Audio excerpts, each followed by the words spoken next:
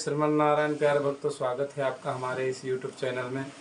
और आप देख रहे हैं हमारे फलित ज्योतिष का भाग। तो हम आपके सामने यह चौथा भाग लेकर आए हैं। और देखिए, पढ़ने वाले जो या समझने वाले हमारे इस चैनल को देख रहे हैं तो इसको आरंभ से फलित ज्योतिष वैदिक ज्योतिष को अगर पढ़ेंगे देखेंगे तब समझ में आएगी।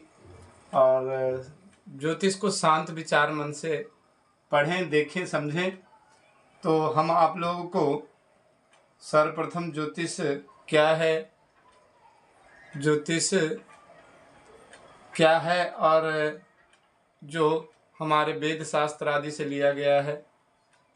ज्योतिष हमारे वेद का जो षडांग में से एक अंग जिसे नेत्र कहा गया, वह हम लोग उसी की यहाँ जानकारी प्राप्त कर रहे हैं। तो हम लोग पहले सर्वप्रथम यह समझ चुके हैं जो चार स्तंभ है। तो हम लोग नक्षत्र के ऊपर ही चल रहे हैं। अंशात्मक अंश के द्वारा हम किस प्रकार से हम समझें। तो मैंने जहाँ तक पिछले पार्ट में आप लोगों को 9 नक्षत्रों के बारे में अंशात्मक मैंने आपको बताया है और वही हम अब आगे समझेंगे। तो यह हमारा जो 360 डिग्री का हमारा जो पूरा गोलार्ध हमारा यह चक्र है, ब्रह्मांड 360 डिग्री का मान है, वैसे अनंत है। तो आज हम लोग दशम यानी आप लोगों ने अश्वनी से लेकर अश्लेषा तक यानी 9 नक्षत्र के बारे में हमने अंशात्मक समझा था कि अंश के कितने कितने अंश का कितना क्या होता है। तो आप लोगों को मैंने 9वें नक्षत्र तक बताया था। इसमें आपको हम मघा नक्षत्र से लेकर के ज्येष्ठा नक्षत्र के बारे में बताएंगे। हम आपको इसलिए बता रहे हैं कि इससे आपकी मजबूती हो जाएगी नक्षत्र को समझने में। तो आज हम लोग दशम नक्षत्र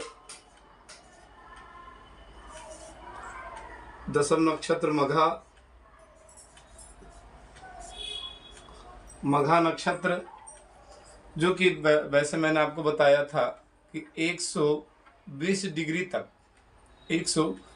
डिग्री तक हमारे जो अश्लेषा नक्षत्र है वहां तक के पूर्ण हुआ था। उसके बाद का हम समझेंगे कि 120 डिग्री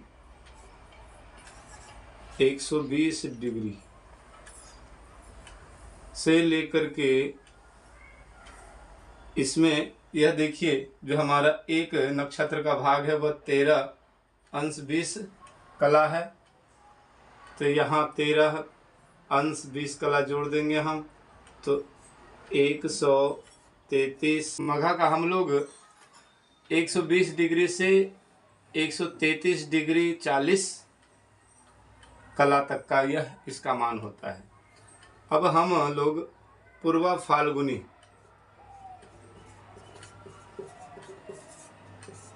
फाल्गुनी का मान 133 डिग्री 40 कला से इसमें 13 अंश 20 कला जोड़ेंगे तो 146 डिग्री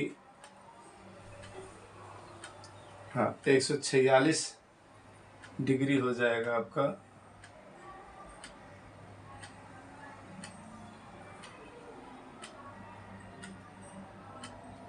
एक 133 क्षमा कीजिएगा, यहाँ देखिए, यहाँ इसमें 20 मैंने गलती से जोड़ दिया है।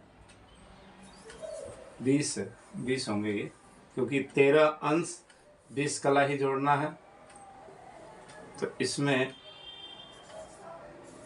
133 डिग्री और 20 कला होगा, यानी 20 मिनट होगा। अब इसमें अगर हम जोड़ेंगे तो 146 डिग्री 40 कला हो जाएगा पूर्वा फाल्गुनी का। 133 डिग्री 20 मिनट से लेकर के 146 डिग्री 40 मिनट तक का इसका यह भोग काल होगा। 13वां नक्षत्र हम लोग उत्तरा फाल्गुनी, उत्तरा फाल्गुनी, इसका मान 146 डिग्री। तो यहाँ देख लेंगे 13वां नक्षत्र हमारा उत्तरा फाल्गुनी, जिसका मान 146 डिग्री 40 मिनट से 160 डिग्री 160 डिग्री तक का होगा। 14वां नक्षत्र हमारा हस्त नक्षत्र होगा, इसका मान 160 डिग्री से 173 डिग्री 20 मिनट होगा। 15वां हमारा नक्षत्र जो होगा चित्रा होगा, उसका मान हमारा 173 डिग्री 20 मिनट से 186 डिग्री 40 मिनट होगा।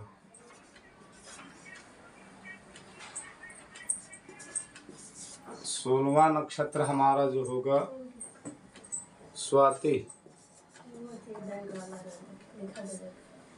स्वाति नक्षत्र है। 16वां नक्षत्र हमारा स्वाति है, उसका मान 186 डिग्री 40 मिनट से लेकर 200 डिग्री तक का होगा। 200 डिग्री आप लोग कैलकुलेशन कीजिएगा तो आप सब समझ में आ जाएंगे। 17वां हमारा नक्षत्र विशाखा है,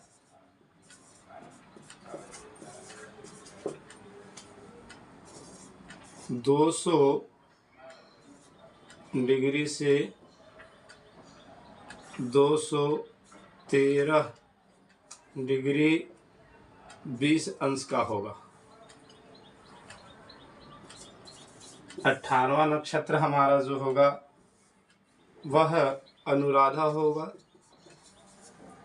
अनुराधा, उसका मान 213 डिग्री 20 मिनट से लेकर 226 डिग्री 40 मिनट होगा।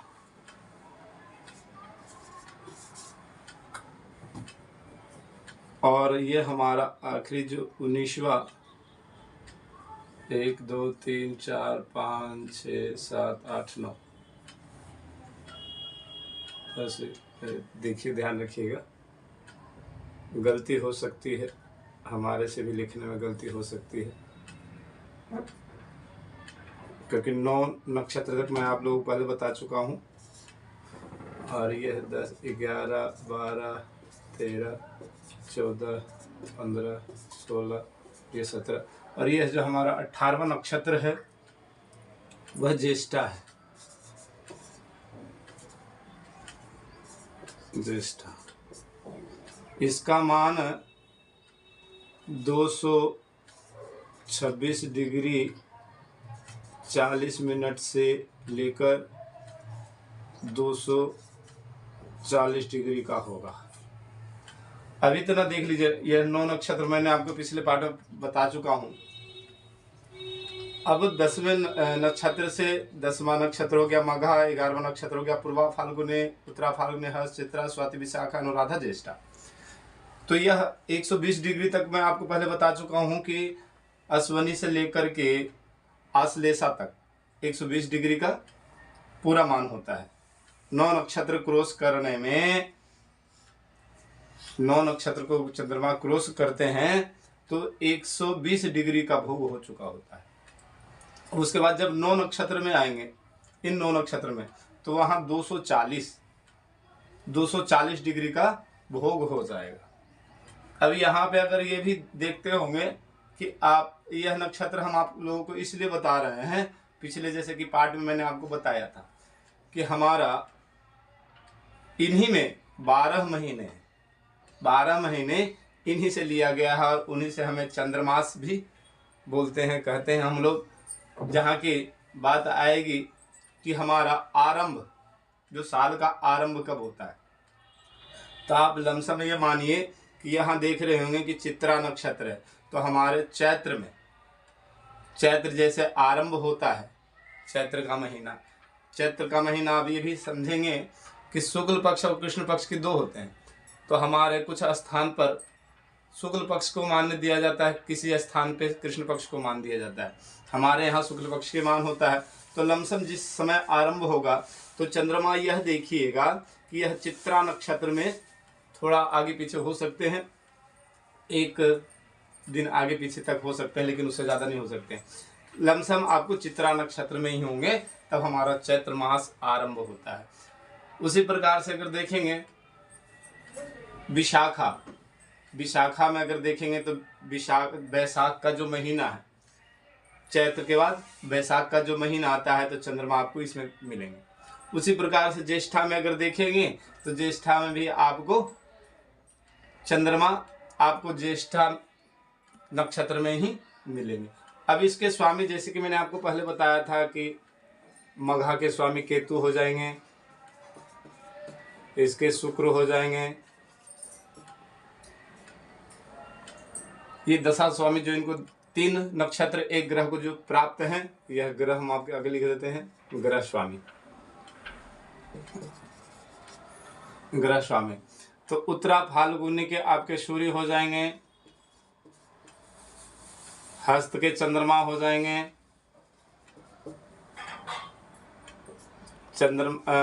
चित्रा के भौम हो जाएंगे,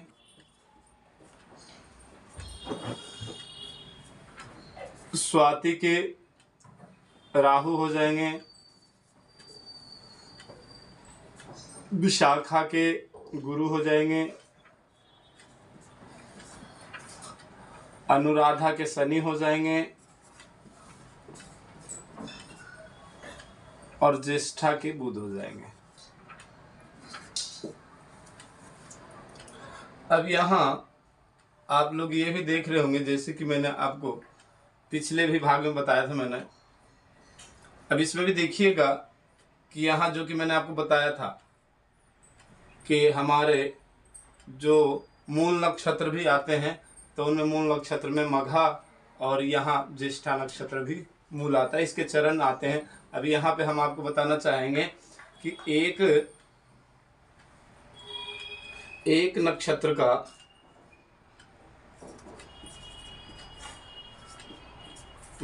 का चार चरण होते हैं, 4 चरण होते हैं। एक नक्षत्र का 4 चरण होते हैं, ये मान लीजिए। अब उन्हीं चरणों को भी समझना है हमें। चरण अगर समझ जाएंगे तो नामकरण आदि करने में परेशानी नहीं होगी। तो इसे कैसे निकालेंगे कि हम चरण को किस प्रकार से निकालेंगे, तब यहाँ हम लोग देख लेंगे कि अगर 13 डिग्री 20 अंश का अगर 4 में भाग दे देंगे, 4 में भाग दे देंगे, तो लमसम आपका 4 तिया 12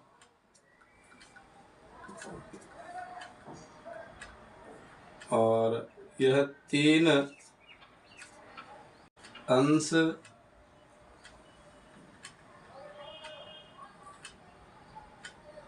4 तिया 12, हाँ 4 चरण है। हाँ, तो ये आपका 3 अंश यानी 3 डिग्री और 20 मिनट हो जाएंगे। एक चरण का मान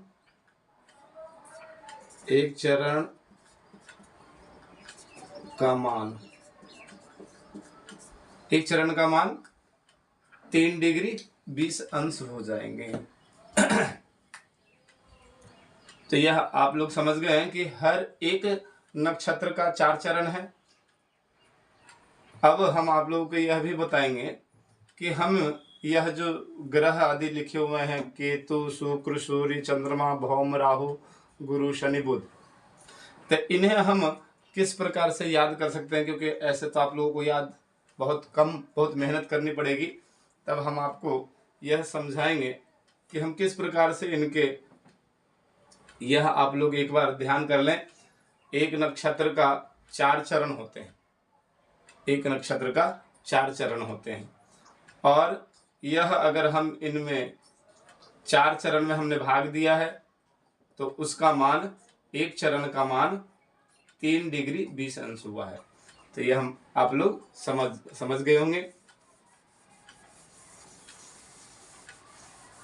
अब इसका हम लोग थोड़ा सा आप लोगों को बता देते हैं, जो आप लोगों को आसानी होगा समझने में, इन ग्रहों को याद करने में आसानी होगा, क्योंकि आगे आप लोगों को इसी प्रकार से दशा आदि हम लोग जिस प्रकार से देखेंगे तो ये बहुत आपको काम आने वाली है और बहुत आसानी होगी। तो वहां अगर देख लेते हैं हम केतु, तो हम 1 नंबर केतु ग्रह, केतु, तो केतु को यह मान लीजिए कि हम लोग इसका शॉर्ट फॉर्म के अक्षर पे इसका हम लोग ध्यान करेंगे। दूसरा ग्रह शुक्र है, तो यहाँ हम लोग सु भी बोल सकते हैं।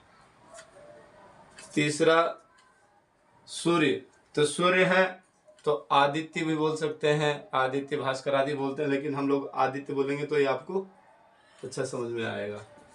तो आ अक्षर से इन्हें बोल सकते हैं।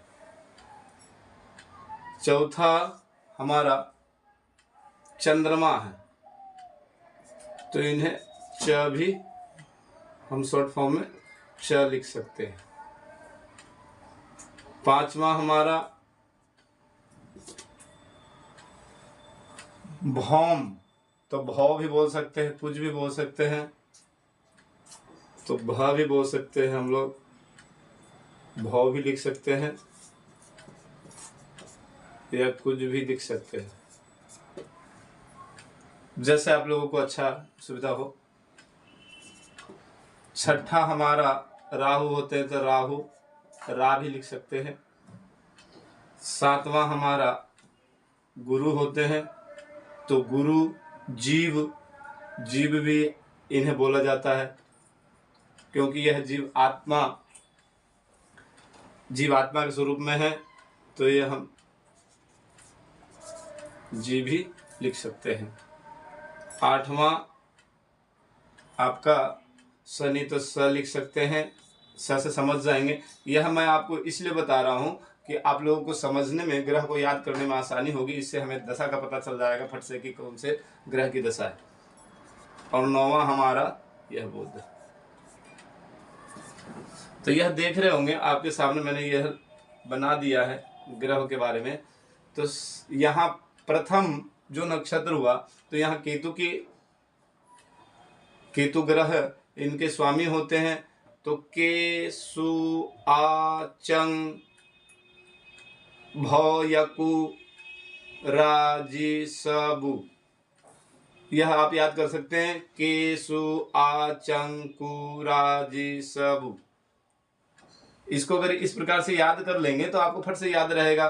तो बोला आ का अर्थ क्या हुआ, तो बोला आदित्य यानी सूर्य की दशा में है। कोई जातक अगर जन्म हुआ है, मान लीजिए कि उत्तरा फाल्गुनी में किसी का अगर जन्म हुआ हो, तो हम सीधा पता लगा सकते हैं कि बोले यह सूर्य की, आदित्य की दशा में बच्चा जन्म लिया है। इसी प्रकार से हर एक ग्रह के बारे में अगर जानकारी ले लेंगे तो हम लोगों के लिए आगे पढ़ने के लिए आसानी होगा, और किसी प्रकार की फलित ज्योतिष में फलित अगर हम कर रहे हो तो हमें परेशानी नहीं होगी, बताने में आसानी होगी। हम हर एक चीज की बात करेंगे। तो आप यह भी समझिए कि अगर यह जो 27 नक्षत्र है, इनको हम अगर याद कर लेंगे तो यह हमें यहाँ तक कि महीना, हमें जो हमारे इस हिंदू धर्म के अंदर हमें जो यह बताया जाता है, हिंदी जो महीना है हमारा, हिंदी के अंदर जो महीने हैं, चैत, बैसाख, जेठ, आषाढ़, सावन, भादो, आश्विन, कार्तिक, अगहन, पौष, माघ, फागुन, है ना। तो इस प्रकार से जैसे मान लीजिए कि अब यहाँ लिखा हुआ पूर्वा फाल्गुनी, उत्तरा फाल्गुनी, तो यह मानिए कि हमारा यह मास ही है, महीना ही है। तो इस प्रकार से हम समझेंगे। तो आज आप लोग यह देख लें, समझ लें, और अगले पार्ट में आपको